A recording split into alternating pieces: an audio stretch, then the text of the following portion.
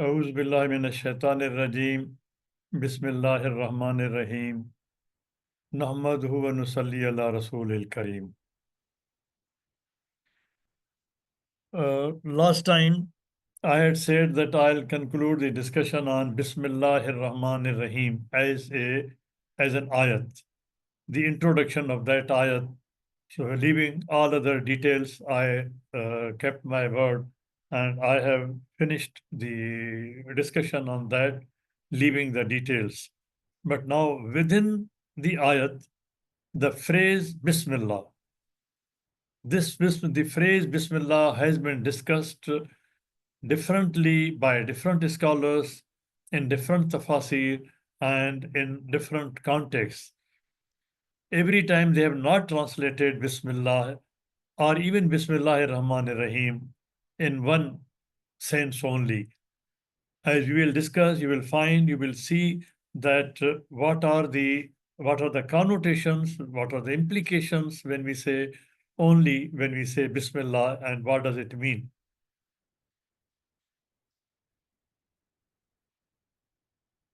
It occurs in 3 verses. You know, Bismillah is translated with following connotations.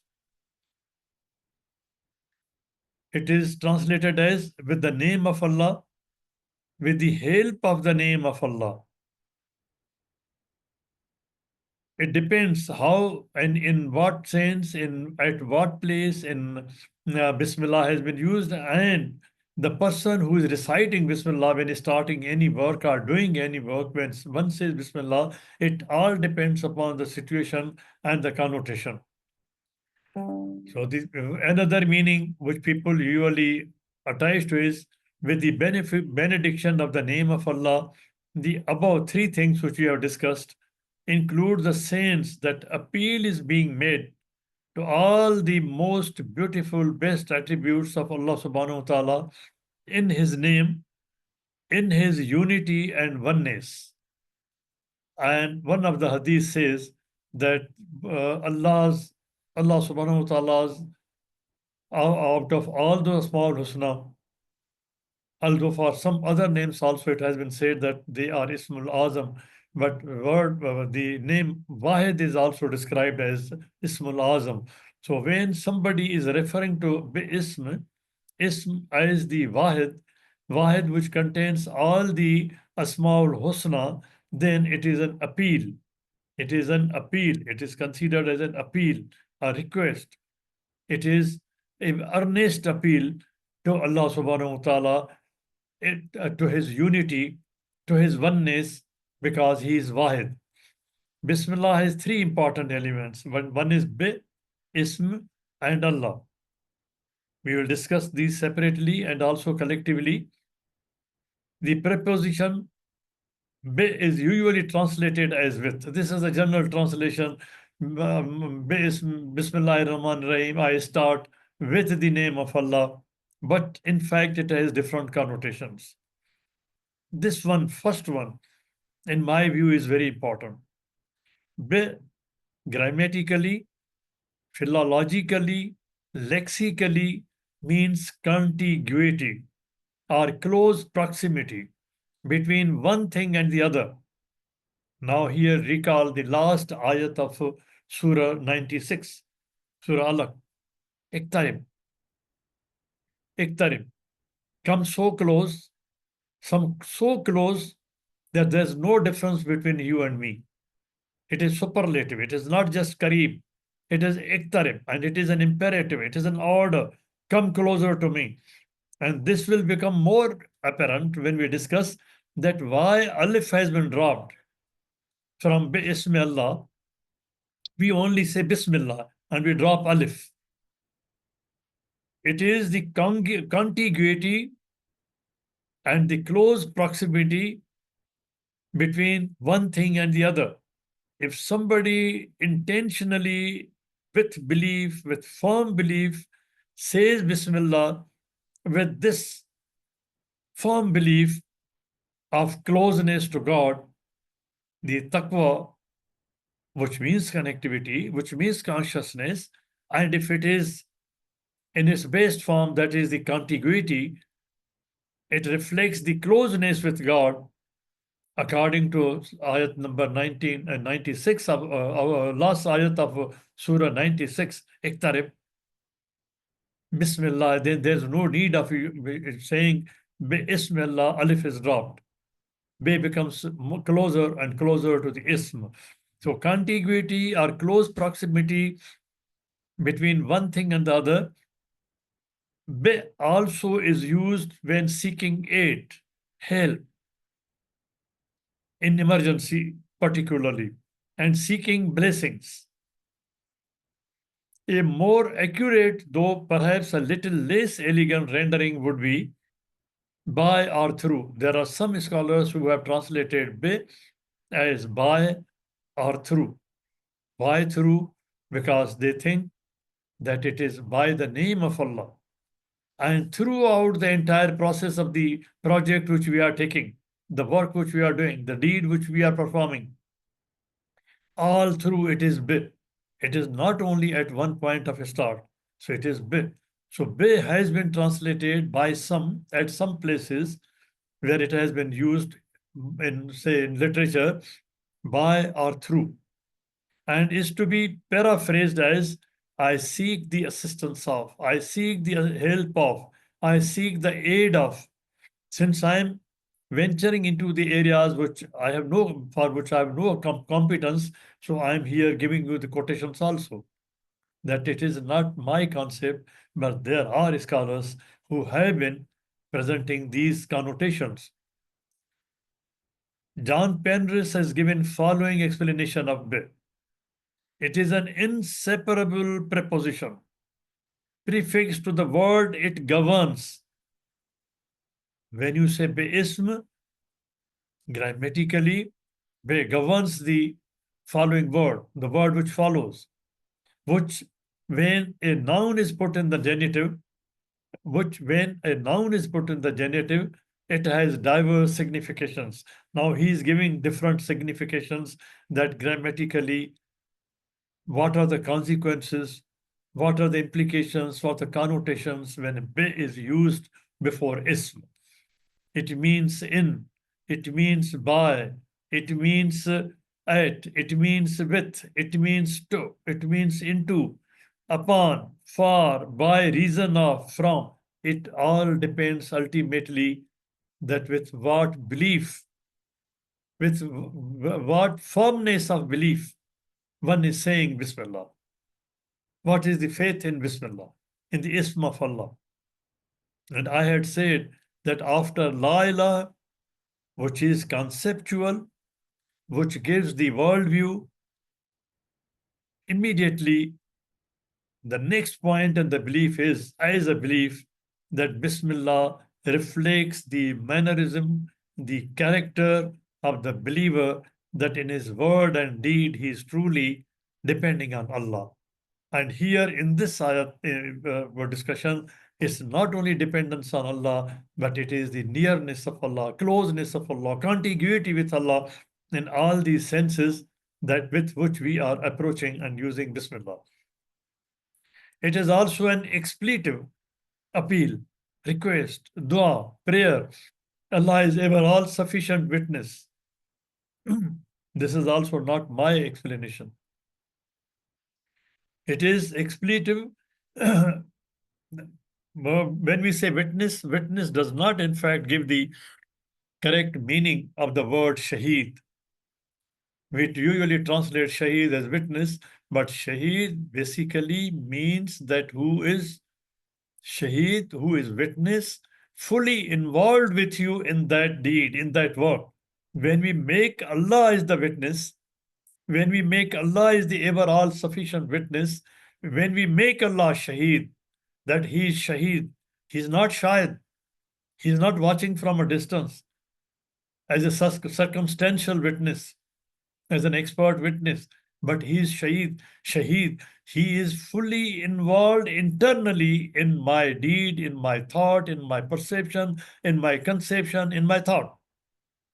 This is the implication of ayat number 43 of Surah 13, when we make Allah the shaheed of everything we do. And that is the connotation which B carries there. Stengas has translated B as towards. Iktarib, to whom? Go close to whom? Towards. You move, you take any step. It's not that after 10th step, it's the final step that you meet God. You may have to go all the way. You may have to go the entire life. You may have to go after life. Rajun.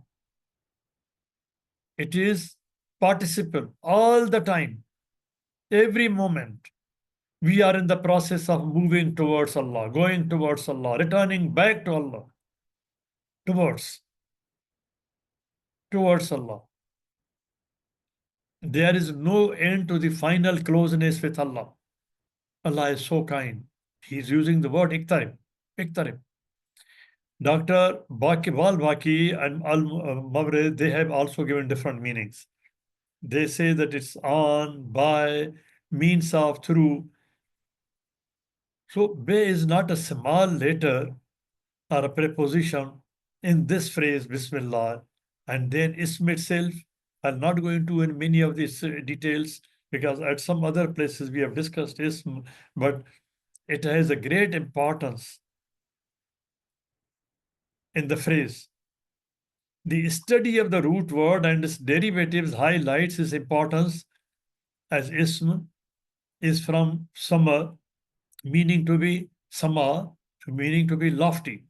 When we say Lillahil Asma'il Asma'ul Husna, Lillahil Asma'ul Husna, there the meaning of Asma is loftiness, highest lofty. All the lofty prayer, all the lofty praise, Alhamd here, there it means Alhamd, all the praise, all the lofty praise. You praise anything, you praise flower, you praise fragrance, you praise anything, and in the loftiest words which you can conceive, that loftiness does not belong to the flower or to the fragrance, it belongs to Allah. Ash-shajar wan-najmu,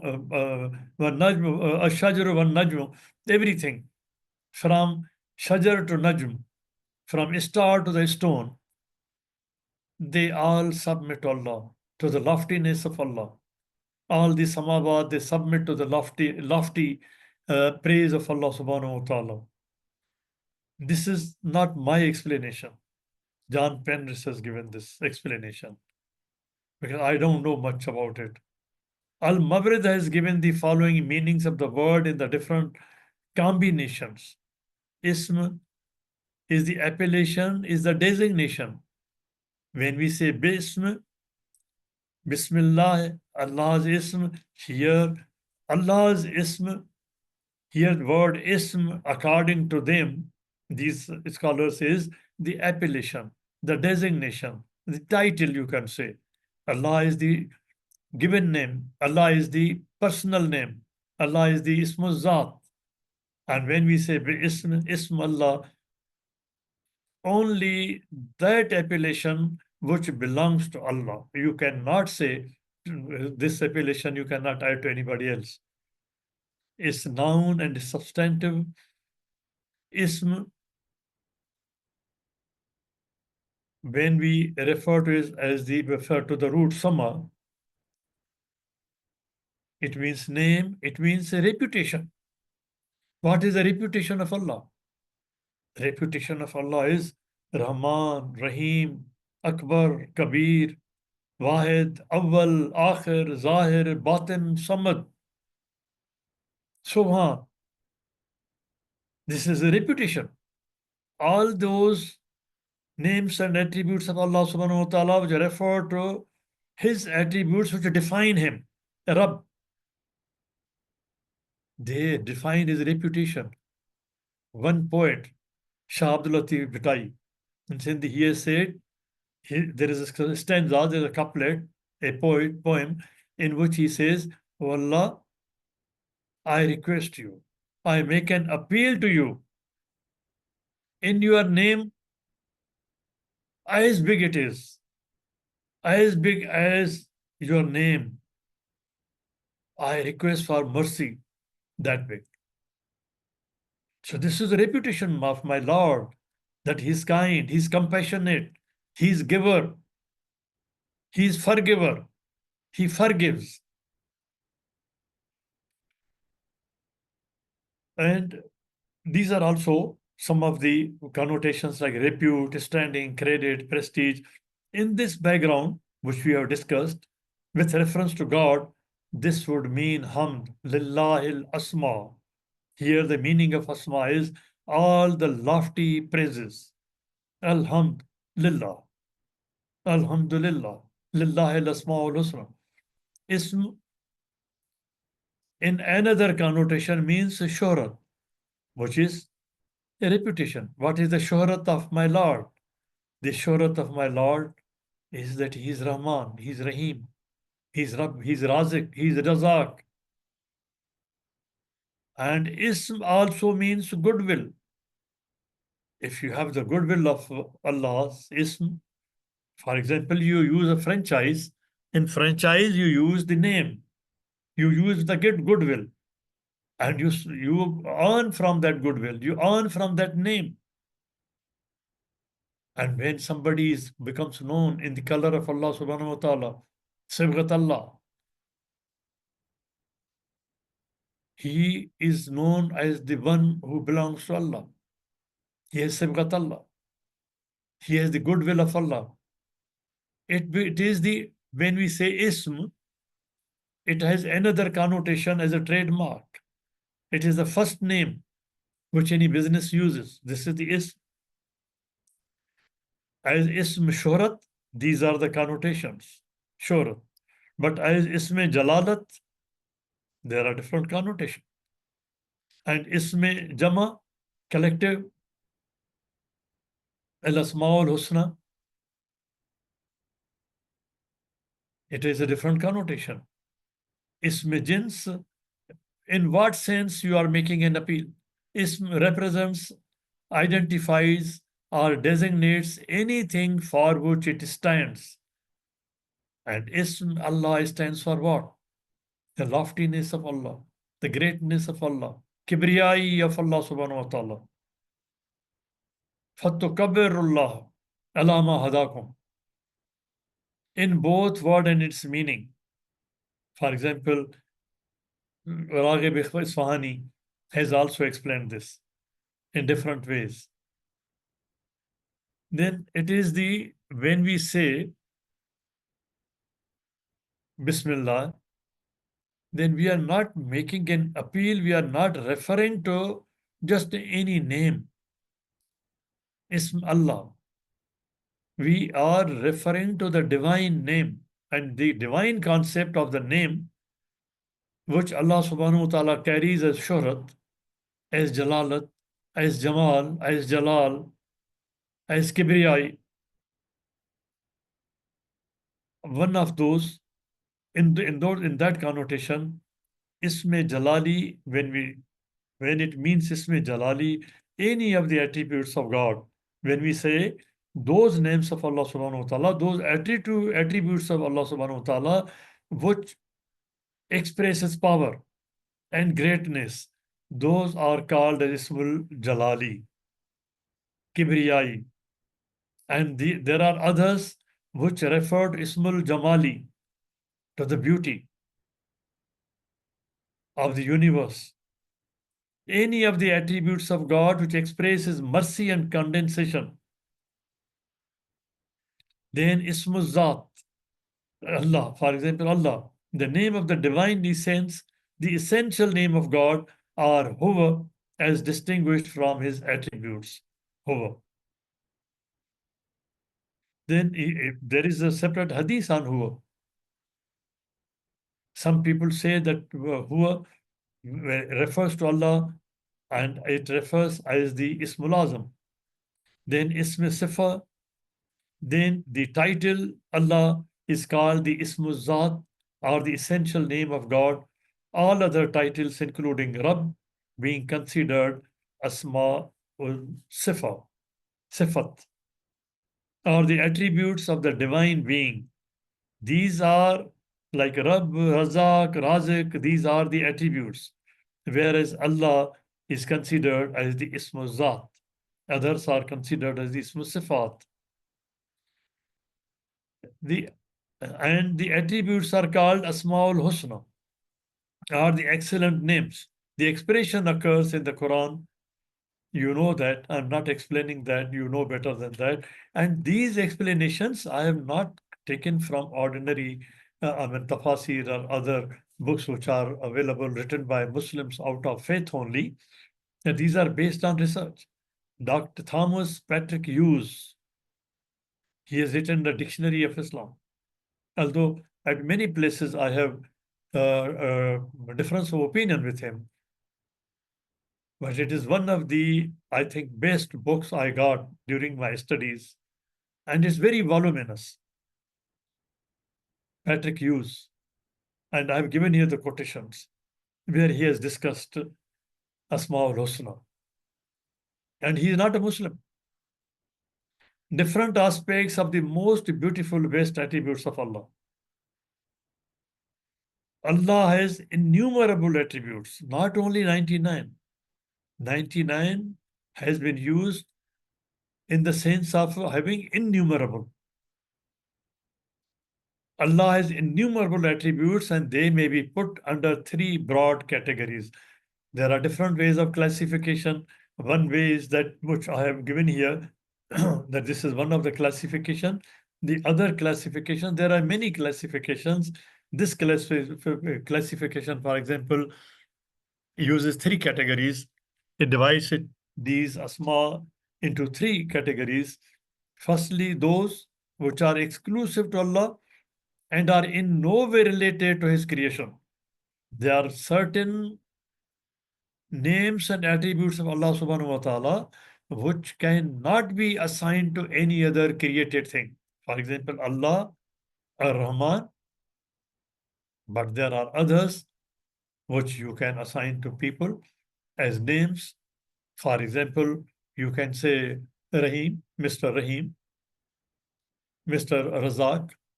You can use these words. But there are certain names which you cannot assign to the created being. So firstly, those which are exclusive to Allah and are in no way related to His creation. When you say Bi-Ismi Allah, it includes all the names, not one name. It includes this category of names also, which are only and exclusive, and they are divine.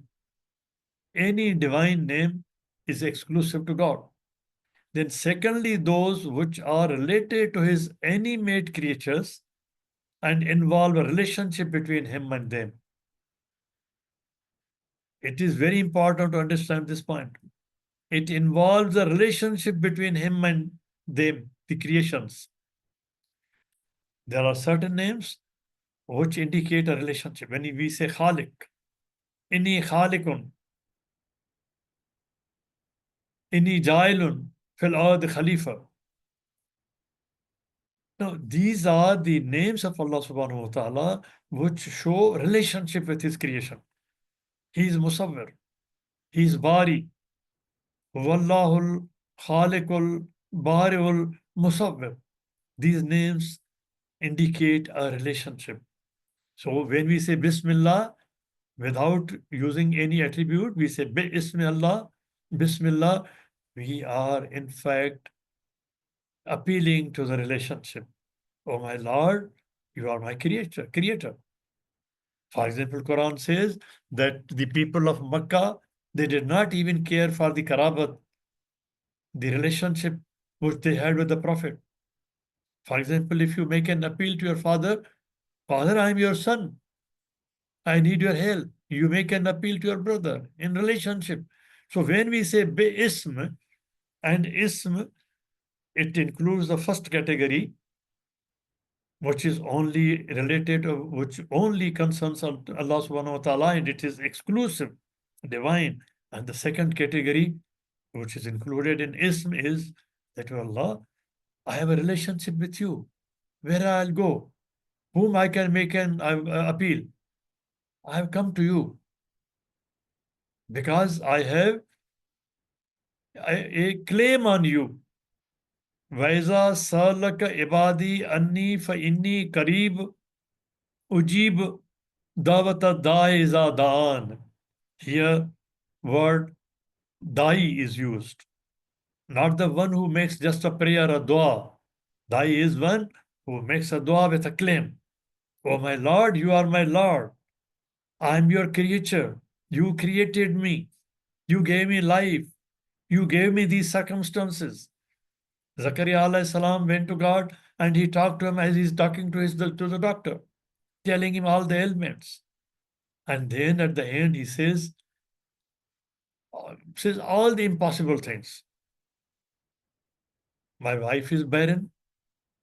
I am completely finished. Yet I want a son. And he says, Lam akum bi du'aika rabbi shakiya. I'm not in doubt. I've never been in doubt. Whenever I make a dua to you, it's a dawa, it's a claim. Claim of a relationship.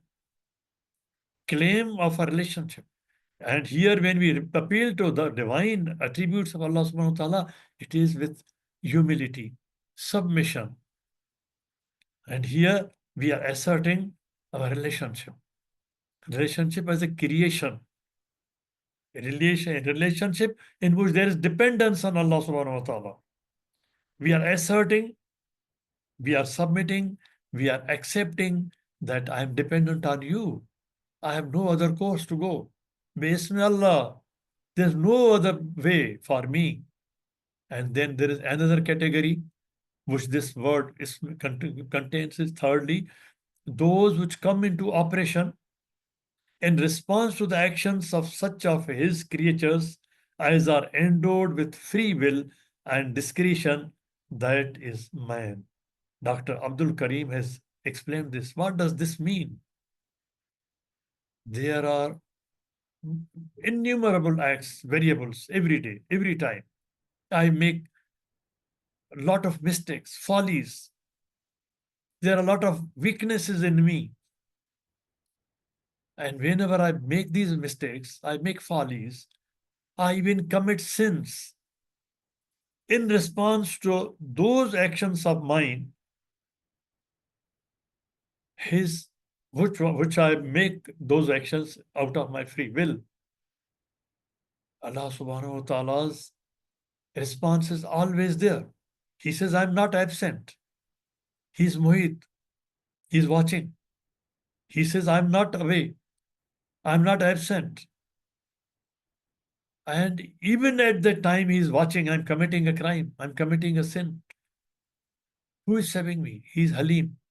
Hazrat Umar said in the battlefield of Uhud, when Hamza was killed, Allah is Halim. He's seeing everything, but he's silent. He's watching everything. What is happening in Gaza? He's Halim, but he knows it. There is some plan which is going to take place in Gaza. There is some plan of Allah subhanahu wa ta'ala which took place when Musa alayhi salam challenged Pharaoh. We don't know, we don't understand, but his plan is always there. People have their own strategy, but Allah has own stratagem. He also has a plan. It is in response. And most of the time, Allah subhanahu wa ta'ala says that I am compassionate, that I ignore your follies, although I know them. At that time, if he withdraws his protection, we'll be finished. But even at that time, in response, as compassion, as mercy, he does not withdraw the protection. In response. If that is not there, Bismillah, we'll be finished. We'll be caught. He says that otherwise you cannot survive if I don't ignore those things. The blessed is the name of your Lord, Master, Sustainer, Allah. Ever all full of bounty. These are some ayat which I have quoted here. Just ayat which I have quoted the explanation I've given, some very little explanation which I have been able to give, but these are the ayat which refer to these things and they support it. Significance of the singular is here Allah subhanahu wa ta'ala is not asking us to say Bi Asma'ul Husna. This is very important, extremely important, crucially important to note. He doesn't say Bi Asma'ul Husna. It says only Bi Ism. Significance of the singular. Singular is using Ism as singular. Abu Huraira has reported about the Prophet, peace be upon him, saying, there are 99 names of Allah. He who commits them to memory would go into paradise. What is the meaning? What does it mean? He commits to memory all the names of one Lord, one Allah, one Uluhiyat, one Rububiyat, one Lord. This may perhaps become more clear. I'm giving a reference from some other religion, that how they believe, how they know, how they present it. In Sikhism, according to Sikh doctrine, the creation constitutes God's name. Now, Hindus call it, we say kun, they use the word Om. Om. If you have gone to Sugar Land, because most of the people who are sitting on there in Houston and on Zoom also, they must have gone to Sugar Land. There is one restaurant. I will not take the name of the restaurant, but as you enter the room, as you enter the hall, you will find one word written in Hindi, in Sanskrit, which means Om. Om means sound or kun, sound of kun, with which Allah subhanahu wa ta'ala created Om. Here, the Sikhs, they say, according to their doctrine, the creation constitutes God's name. It is in the name of Allah. It is by the name of Allah. It is through the name of Allah. Otherwise, nothing can exist. And he who comprehends the name, they call it name. The Prophet said that who comprehends the 99 names as one, of the one only, grabs the essential means of release from transmigration, according to their faith, they say. That this is the way to seeking forgiveness and getting forgiveness, getting salvation. And the Prophet says that who commits these names to memory, he will go to paradise. That is salvation. Fawzul Azim. What is commitment to Allah? Committing to memory. That is, my character will be according to the Asmaul Husna, what he wants me to do, as he does it. He's Rahim, I'll do Rahim. He's Razak, I'll give to the people. I'll feed the hungry. Grasp the essential means of salvation. Therefore, it is believed that God is preeminently Satnam. Isme Azam. They have a concept of Isme Azam. The true name, Satnam. Ismul Azam, which combines all those names. It may be noted that the word Ism has been used in Bismillah in singular, which means it contains Ism as Ismul Azam, as the combination of all Asma'ul Husna. It signifies, why singular has been used? It signifies monotheism, Wahdaniyat. That he is the only one, alone Allah, the singular, comprehends all the names of the most beautiful, best attributes of Allah subhanahu wa ta'ala. And then again, these are ayat. I'm not going to explain these ayat, but just pointing out that all these things are explained in the Quran. And then Ismul Azam, I've been mentioning about it. I'll not go into details. In this phrase, the word Ism is all embracing and all encompassing for the ever all gracious, beautiful names and attributes of Allah, by this simple and easy invocation. It has been made very easy. Bismillah. Allah has given this prescription. He has given this formula. He has made it easy. He has even contracted the formula which the Prophet used to was using. Allahumma bi-ismika, bi-ismi rabbika. Here, by this simple and easy invocation, one makes a supplication to all the Asma'ul Husna and all the Ismul Azam. I've already mentioned this, so I'm not explaining this. You know it better, and you know it more than I can say.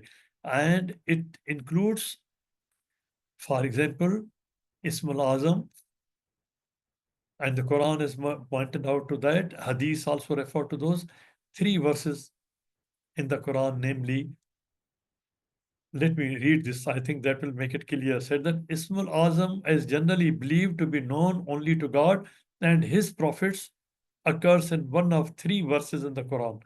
3 verses, according to the traditions, that Ismul Azam occurs in these 3 ayat. This is a tradition. Allah knows better. Huwa, Hayyu, Qayyum, but there are other ahadith which refer to Wahid, Manan, also as Ismul Azam. So I'm not going into those details, but I'm simply pointing out that there are traditions also. But some people say that Huwa is perhaps the Ismul Azam, and they refer to the traditions.